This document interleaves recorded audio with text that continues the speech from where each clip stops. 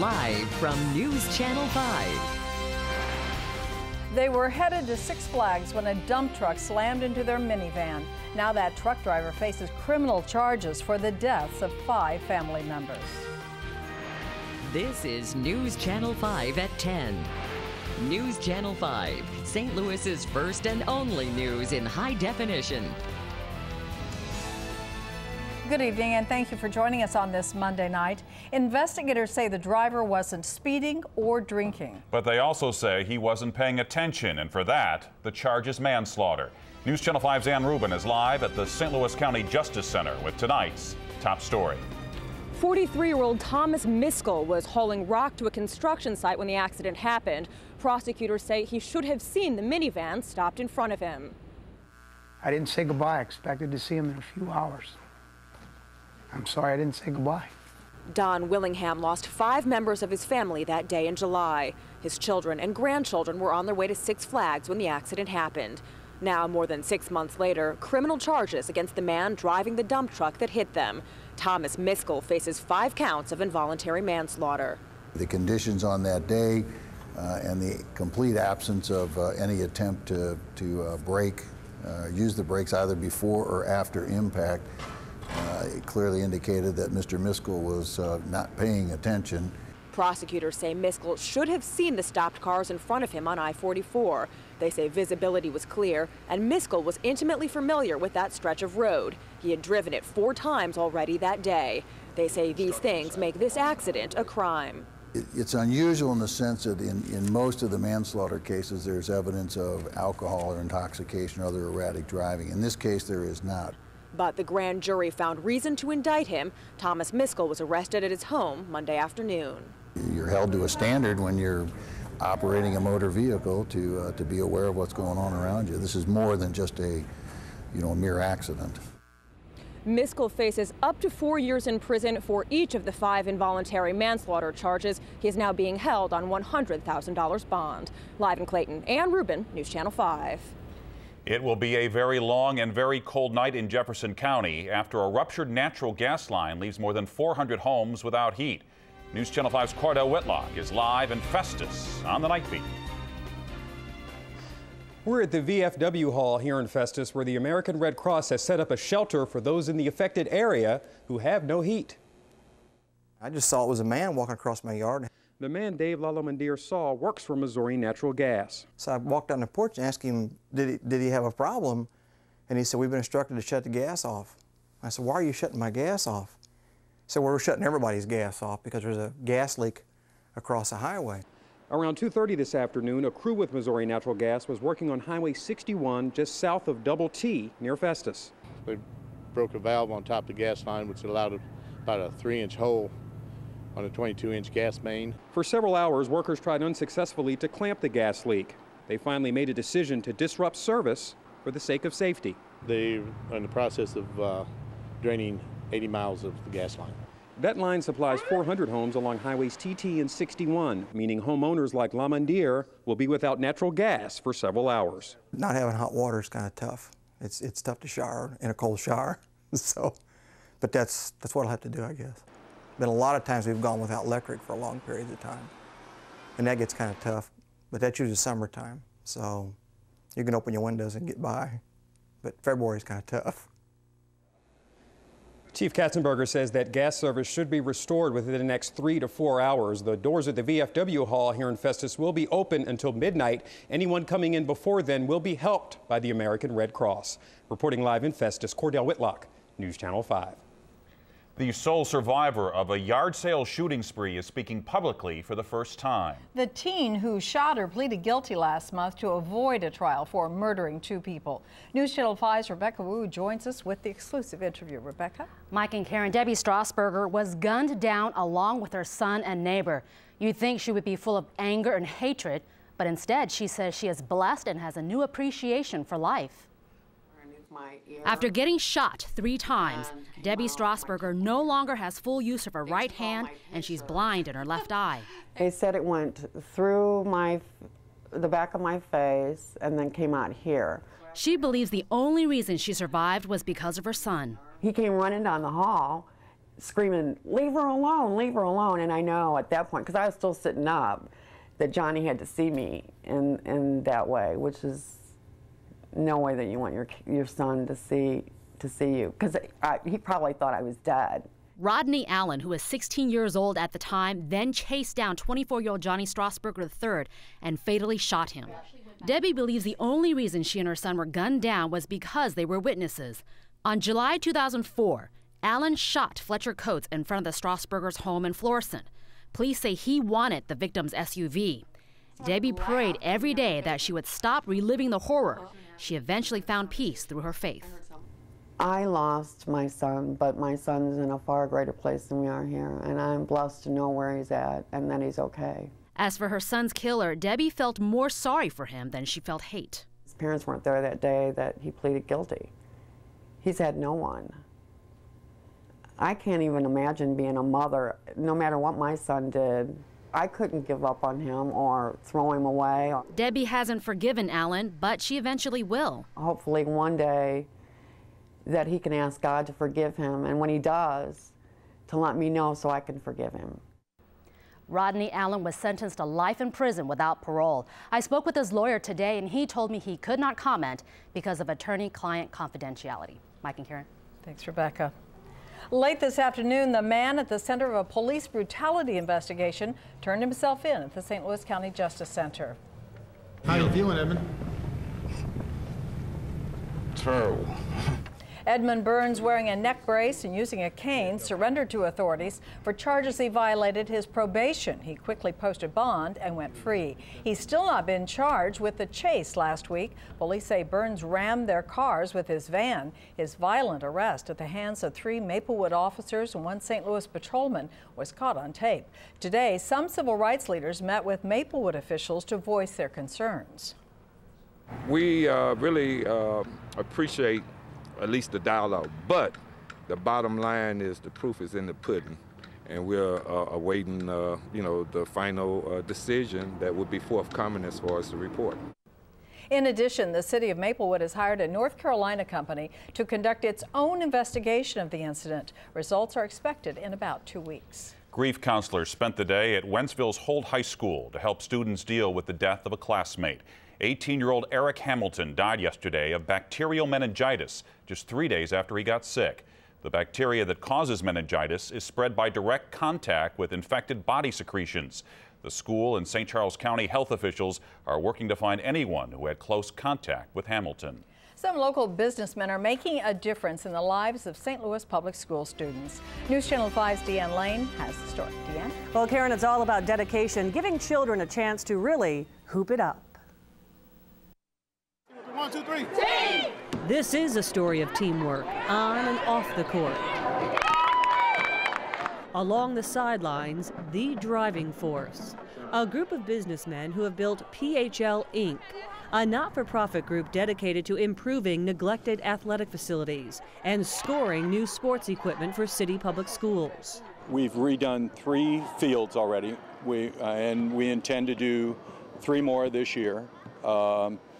We've gotten 150 new uniforms donated to the team because the PHL League, because they didn't have enough uniforms to go around for the kids. This girls' basketball game was scheduled to raise awareness for PHL and a chance for the students to show their appreciation.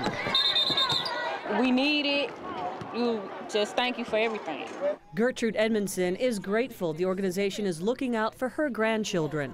It makes me feel happy to know that someone is going out of their way to help these youngsters. They need that. And in doing so, creating hope for future athletes. Without it, a lot of our children would be lost because they would have nothing to look forward to. You know, that's why a lot of the children turn to drugs and other ugly things, because they have nothing like this to look forward to. You know, and this is wonderful. And for more information about how you can help PHL make a difference, visit ksdk.com. Karen and Mike? Deanne, thanks. As jury selection began in his sentencing trial, Al-Qaeda member Zacarias Moussaoui was thrown out of court today. Moussaoui is charged with helping plan the 9/11 attacks. Moussaoui repeatedly shouted during the hearing and was removed from the courtroom. Prosecutors say Moussaoui could have helped prevent the 9/11 attacks. The confessed Al-Qaeda conspirator faces life in prison or execution. Attorney General Alberto Gonzales says President Bush acted with authority when he authorized a domestic surveillance program. Appearing before the Senate Judiciary Committee, Gonzales said the president used powers granted under both the Constitution and federal law. Republican Senator Arlen Specter wants a special federal court to review the program's legality. And the Bush administration is urging governments around the world to help diffuse anger over cartoons depicting the Prophet Muhammad. 4 people were killed today in Afghanistan when troops opened fire on demonstrators. Police in Iran used tear gas when protesters threw firebombs at the Danish embassy in Tehran. The violence quickly spread after a Danish newspaper published a caricature of the Prophet Muhammad. Muslims do not believe he should be portrayed at all, let alone in a comedic way. Oprah Winfrey says Coretta Scott King left us a better America. The talk show host was among those paying tribute to Martin Luther King's widow today at Atlanta's Ebenezer Baptist Church. People lined up for blocks waiting to get inside. King died last week. Her funeral takes place tomorrow. The French woman with a transplanted face spoke out about the operation today. Isabelle Denoir underwent surgery last November. The 38-year-old woman was mauled by a dog. She thanked her doctors and the family of the donor who gave her new lips, a chin, and nose. How widespread is crime at area malls? Which local mall has the most stolen cars, the most assaults, the most thefts? Investigative reporter Lisa Zigman has spent the past month compiling and analyzing thousands of public police reports from 8 different malls. And Lisa joins us with some surprising results in tonight's I-Team investigation. Lisa? Mike and Karen, public relations directors at malls often call us about events, but when I told them I wanted to examine their crime statistics, not one agreed. Some even warned me not to step foot on their property. So I went around them and got the information anyway. That is tonight's I-Team investigation.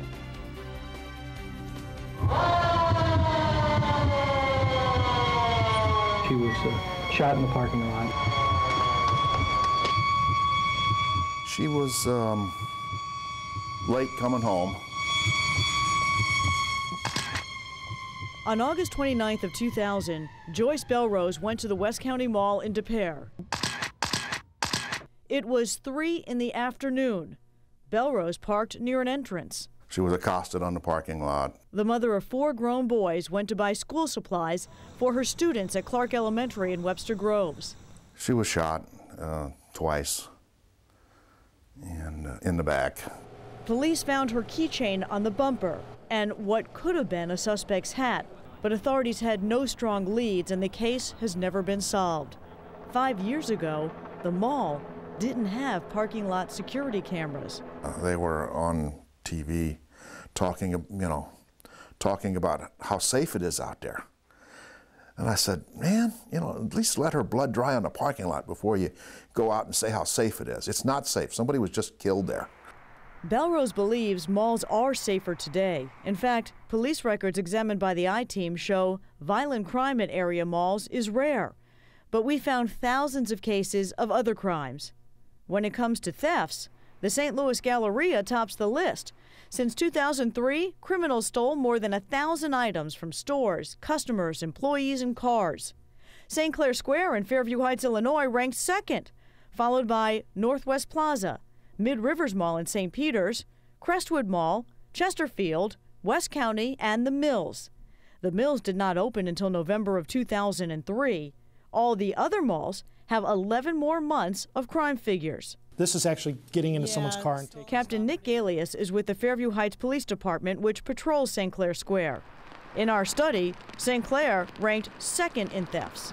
I'd rate it as a very safe place to shop, and I base this on having worked here for 20 years, having lived here all my life, and I know what kind of shopping center we have there. 18 million people visit the Galleria every year. You'd think with that type of volume, it would have the most amount of crime in every category. It doesn't. Take, for example, assaults. Mid-Rivers Mall has the greatest number of assaults, 52. Northwest Plaza is second, followed by Crestwood, The Mills, and Chesterfield. West County and St. Clair Square are tied at 19. The Galleria had the fewest reported assaults, only 5 in a 3-year period. When it comes to stolen cars, Northwest Plaza tops the list with 68, followed by the Galleria, Crestwood, and St. Clair Square. In the past 3 years, not one car was stolen from the Chesterfield Mall. Our mall is probably the best protected of any mall in the area. St. Anne Police Chief Bob Schrader believes Northwest Plaza has an unjust reputation as unsafe. And crime stats show the number of stolen cars are down from 34 thefts in 2003 to 11 in 2005. Once you get a bad name, how do you get rid of it? You know, it's a tough thing to deal with. I'd have been there before she died. Tom Belrose doesn't believe we'll ever get the whole story when it comes to crime stats. He believes criminals count on the fact that many victims won't take the time to file a police report. I called it terrorism. I think we're dealing with urban terrorists here. Tom wishes his wife could have met their second granddaughter, Megan Joyce Belrose. The St. Louis Galleria was the only mall willing to tell us how many people visit each year. So if you divide 18 million visitors by the number of crimes reported, well less than 1% of visitors to the Galleria are crime victims. Now, we can't give you a crime percentage for the other malls because the Westfield Corporation and the Mills Properties refused to tell how many people shop there. We are posting all the crime data along with tips on how to stay safe at the mall on KSDK.com. Lisa, one of the things we didn't see in that data were sexual assaults. Is that a concern? There have been rapes reported at several area malls. All of them have been ruled unfounded with the exception of one sexual assault at the Crestwood Mall. That incident happened in November and is under investigation. Thanks, Lisa. Well, no doubt you've noticed our new home here. This is our new high-definition set. Beginning tonight, we will bring you news, weather, and sports every day and every evening from right here in Studio B. It is all part of our commitment to the latest technology, high-definition television. Our new set gives us a bigger and better environment with the latest television technology to bring you the best picture possible. Our new set is much larger than we had before with many more options. We can adjust it in a number of ways depending on the news of the day. We have more room for reporters here in the studio with us. We also have added a large, comfortable interview set for times when we have newsmakers in the studio. Our new Weather Plus Weather Center will have all the meteorological equipment Cindy Pressler and her team rely on to bring you the most accurate forecast. We're excited about the changes and the improved picture for our viewers. But as always, our first commitment is to provide you with the most complete and accurate news coverage. But now you'll be able to see even more. Well, I remember when we went from black and white and my parents got their first color TV. It's kind of like that. I know a lot of you don't have HD TV yet, but once you do, you'll never go back because it's really pretty amazing. It is astonishing. And Cindy Pressler joins us now. You know, we had a warm January, but now all of a sudden it seems like winter, finally, here in February. Some of the coldest air that we've seen so far this year, down to 20 degrees officially at Lambert Airport. Some locations are down into the teens. That's cold. And it's headed there again tonight. Already, Frank called from House Springs. He said it is 18 degrees down there. We've got mostly clear skies, some high thin clouds rolling in though. High today to the north at Pittsfield, only 39 degrees. Kind of a milky sky today as well. That northwest flow, that just continues to bring those clouds in, and that's also going to continue to bring very chilly temperatures into the area. If you look across the country though, the coldest of air well to the north, North Dakota where it should be at this time of the year. Northern Minnesota, Minneapolis only topped out in the mid-20s today. Even in Detroit where there was a lot going on yesterday, they didn't pick up nearly as much snow as they expected. Temperatures there back down into the 30s again. The warmest of air right across the southern reaches. These temperatures aren't bitterly cold, but we're going to see some very cold air by the weekend. For the time being, we have a cold front sitting across the Iowa-Missouri border. Some snow in North Dakota. Michigan also getting some more snow. That lake effect machine still pulling heavy snow across New York State. And in the southeast, there's a center of low pressure, which is bringing rain and snow yet tonight. But earlier today, can you believe it? It snowed in Georgia. This is Dalton County, Georgia, just to the northwest of Atlanta. That area picked up about a ½ an inch. In the Atlanta metro area, some sleet and more rain, but boy, parts of Alabama, Tennessee, and North Georgia, this is some nice snow, and I think the kids are real happy about that. They don't get to see snow too often, and it's that center of low pressure that brought it in. You've got a few clouds trying to sneak in across our northern sections there, so we'll be partly cloudy later on tonight. Tomorrow, kind of a milky sky is expected again, and computer models want to bring a storm system into the bi-state on Wednesday. Check this out. It comes out of the northwest, runs across the center part of the state. This is a chance for some light snow even here in the metro area, but it looks like the heavier or the accumulating snow will be off to our southwest. Phelps, Dent, Reynolds counties, maybe a ½ inch of snow, but we still have a couple of days to watch this. Computer models could change quite a bit, so you want to stay tuned to News Channel 5 and Weather Plus just to keep you up to date on this possible snow. Westerly winds very light at this hour. It'll be 5 to 10. Light winds overnight. Temperatures now dropped into the 20s, 29 in St. Charles, 27 in Rolla, 30 degrees in Sparta. Currently at Lambert, we've got partly cloudy to clear skies, 30 degrees now, 32 downtown. The dew point is 13 degrees. West-northwesterly winds are very light and our pressure is steady at this hour. High today, only 40, which is 1 degree below average for this time of the year. Low this morning, way down there at 20 degrees, and it was a dry day here in the St. Louis area. Overnight and tomorrow, this cold front will slide to the south. You probably won't even notice it. Not going to bring any precipitation just yet. We have to wait for that center of low pressure to catch up with the whole system on Wednesday, and then we're going to see some snow. Tomorrow, the sky will be a milky sky again. We'll call it partly cloudy to mostly cloudy. Highs topping out in the lower 40s, maybe some upper 30s in our northeastern areas around Vandalia, Effingham, and the Flora area. But for the most part, temperatures seasonal for this time of the year.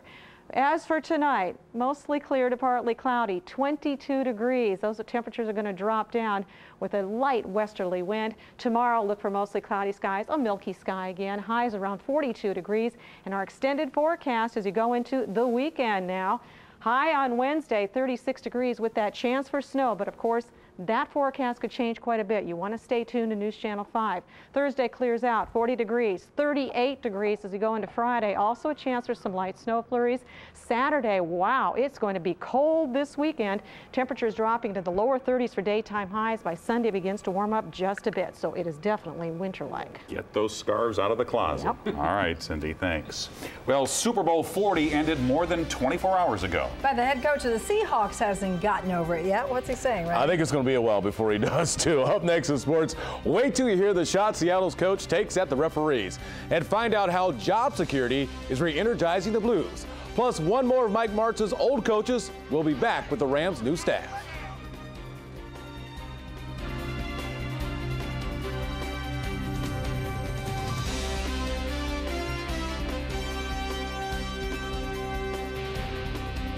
News Channel 5, first in high definition. This HD broadcast sponsored by Ultimate Electronics, bringing you the largest HD TV selection available. You're watching News Channel 5 at 10, now in high definition, with Karen Voss, Mike Bush, Chief Meteorologist Cindy Pressler, and Sports Director Rennie Knott. Well, we had a glimpse into the past for just a moment, and the Rams are taking a glimpse into the past, at least last year, Rennie. The recent past, and I think when you look at special teams, you can't just look at the coach, you got to look at the players. They need some better players on the Rams on the special team squad. Special teams have been the biggest when it comes to having an impact on the field position by either pinning the opponent back or by gaining the offense a short field. The Rams cover teams did neither last season. They ranked in the bottom 5 in kicks and punts. However, new head coach Scott Linehan decided to retain special teams coach Bob Lichaszewski today. Coach Linehan's staff is now complete. Here are the others he hired today. The headliners include Rick Venturi, who was the defensive coordinator with the Saints. He will now coach the linebackers. Former University of Idaho head coach Nick Holt will coach the defensive line. And Paul Boudreau, who has 20 years of NFL experience, will coach the offensive line. Now, if you thought the referees in Super Bowl 40 were bad, well, you are not alone. The pass interference call on Durrell Jackson was ticky-tack. And then there's the Ben Roethlisberger touchdown. Did he really get in? The Steelers won the game 21-10. They're the third NFL team to win 5 Super Bowls. Seattle head coach Mike Holmgren may not be a sore loser, but he's not happy either. We knew it was going to be tough going against the Pittsburgh Steelers. I didn't know we were going to have to play the guys in the striped shirts as well.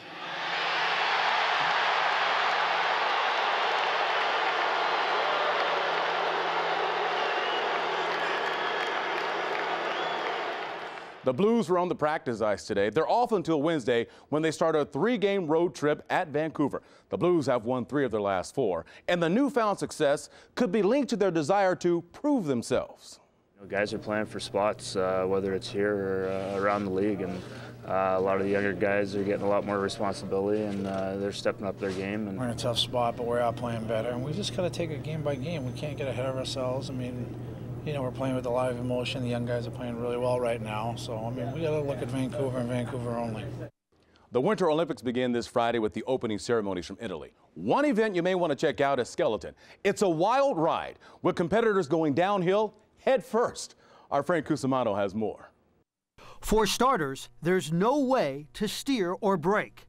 Skeleton sleds, which are sometimes described as souped-up cookie sheets, are actually similar to wooden sleds, only these travel up to 80 miles per hour. Skeleton is the head-first version of luge. It's the original Olympic sledding sport, which later evolved into bobsledding. Skeleton is all about speed.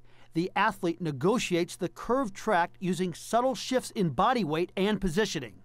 Competition involves 2 runs on the same day. Final rankings are based on total time, measured to the 100th of a second. During the race, athletes must remain in the prone position. They must pass the finish line on the sled for the run to count. The U.S. won 2 golds in skeleton in 2002, but this year's team may be hard-pressed to repeat without the home ice advantage. For News Channel 5 Sports, I'm Frank Cusimano. PHL Inc. raising funds tonight by putting on the Savvis Center games. Cleveland NJROTC taking on Roosevelt. Darren Bell putting the ball in the basket for Cleveland. But there's no stopping Roosevelt in this one. That, my friends, is a lay-in by Ricky Hawkins. Roosevelt wins it 60-50. Prior to the boys taking the floor, the girls are running the court. Vashon taking on Solden. The Tigers getting the points down low. Vashon answers back from way downtown. Jackie Craig puts the ball through for 3, and Vashon wins it by a final score of 61-38. You saw the story by Deanne Lane earlier in the newscast. Right. Some great things are going with PHL Inc. It's really generous. Thanks, Randy.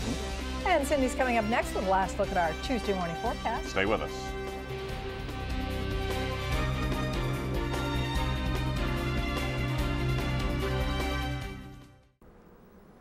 Cindy, I confess that mild January spoiled me. I nearly lost my coat, and now it's winter. Now you have to keep it out every day. Right. You got to bundle up. Tomorrow, no difference there. We're expecting 42 degrees. I think partly to mostly cloudy, another milky sky. These are high, thin clouds. No precipitation just yet, but Wednesday could be interesting. There could be some changes, so you want to stay tuned to News Channel 5. Thanks, Cindy. And there you have it. News Channel 5 at 10 in HD. Thanks for watching. And remember, you can start your Tuesday with Today in St. Louis beginning at 5 tomorrow morning. The Tonight Show with Jay Leno is next. Have a great night. We'll see you tomorrow.